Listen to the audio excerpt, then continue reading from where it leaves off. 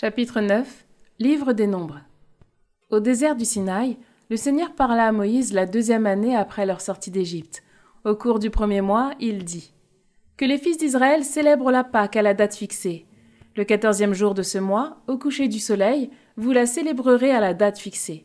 Vous la célébrerez selon tous les rituels et toutes les ordonnances qui la concernent. » Et Moïse dit aux fils d'Israël de célébrer la Pâque. Alors, ils célébrèrent la Pâque, le 14e jour du 1er mois, au coucher du soleil, dans le désert du Sinaï. Les fils d'Israël la célébrèrent conformément à tout ce que le Seigneur avait ordonné à Moïse. Or, il y avait des hommes rendus impurs par le contact d'un mort. Ils ne pouvaient donc pas célébrer la Pâque ce jour-là. Ils s'approchèrent de Moïse et d'Aaron ce jour-là, et dirent « Nous avons été rendus impurs par le contact d'un mort, mais pourquoi sommes-nous exclus? Et, de ce fait, privés d'apporter notre présent réservé au Seigneur à la date fixée au milieu des fils d'Israël ?» Moïse leur dit « Restez là, je vais écouter ce que le Seigneur ordonne dans votre cas. » Et le Seigneur parla à Moïse. Il dit « Parle aux fils d'Israël. Tu diras « Quiconque parmi vous ou dans les générations futures sera rendu impur par le contact d'un mort ou se trouvera en voyage au loin, célébrera néanmoins la Pâque pour le Seigneur. C'est le 2e mois qu'ils la célébreront.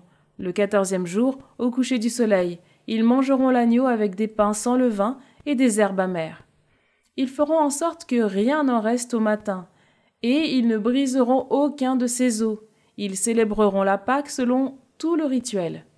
Mais l'homme qui est pur et qui n'est pas en voyage, s'il néglige de célébrer la Pâque, cet individu sera retranché de sa parenté, car il n'aura pas apporté son présent réservé au Seigneur à la date fixée.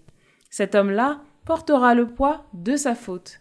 Si un immigré résidant avec vous célèbre la Pâque pour le Seigneur, il la célébrera selon les rituels et l'ordonnance de celle-ci.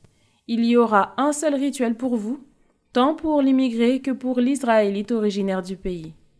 Le jour où l'on dressa la demeure, la nuée couvrit la demeure, c'est-à-dire la tente du témoignage, et, le soir, il y eut sur la demeure comme l'apparence d'un feu, et cela jusqu'au matin.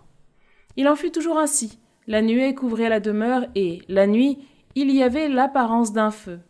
Dès que la nuée montait au-dessus de la tente, les fils d'Israël levaient le camp. À l'endroit où elle s'arrêtait, les fils d'Israël campaient. Sur l'ordre du Seigneur, les fils d'Israël levaient le camp, et sur l'ordre du Seigneur, ils campaient. Tous les jours où la nuée demeurait sur la demeure, ils campaient. Et quand la nuée s'attardait de nombreux jours sur la demeure, les fils d'Israël observaient l'ordre du Seigneur. Ils ne levaient pas le camp. Il arrivait que la nuée reste peu de jours sur la demeure, sur l'ordre du Seigneur. Ils campaient, et, sur l'ordre du Seigneur, ils levaient le camp. Il arrivait que la nuée reste seulement du soir au matin. Le matin, la nuée s'élevait, et ils levaient le camp. Ou bien elle restait un jour et une nuit. La nuée s'élevait, et ils levaient le camp.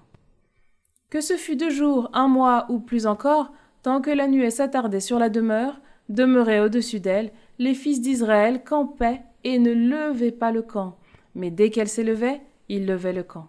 C'est sur l'ordre du Seigneur qu'ils campaient et sur l'ordre du Seigneur qu'ils levaient le camp. Ils observaient les dispositions du Seigneur selon son ordre transmis par Moïse.